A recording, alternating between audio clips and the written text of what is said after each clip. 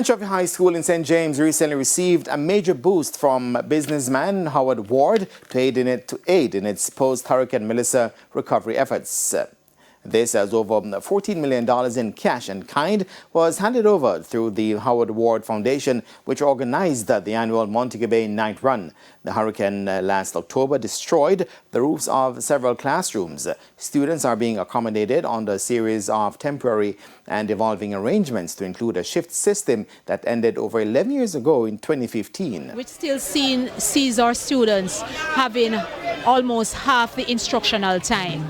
So the fact that Howard Ward Benefit Foundation has stepped up and has given us this generous donation will go a far way in helping us to rebuild our Dr. Fidel Castro campus so that we can have our lower school students, grade 7 and 8, back in school for an entire day, receiving the full hours of instruction as we had before Melissa. Meanwhile, the school board has decided to name a building at the Fidel Castro campus, the Howard Ward Benefit Foundation building, to show their gratitude and appreciation. The 26th staging of the Mobay Night Run attracted more than 7,000 participants, the most successful staging to date, which made it possible to assist the school in a significant way. This is remarkable. We have set out early in the task to deliver.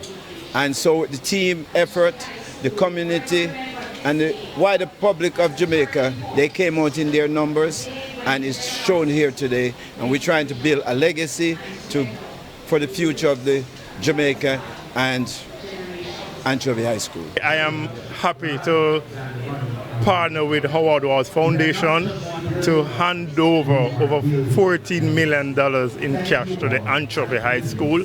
As you know, the West have been severely damaged by Hurricane Melissa, and I am happy that an entity as the Howard Ward Foundation could see it possible to raise funds of $14 million to help the school in order for recovery.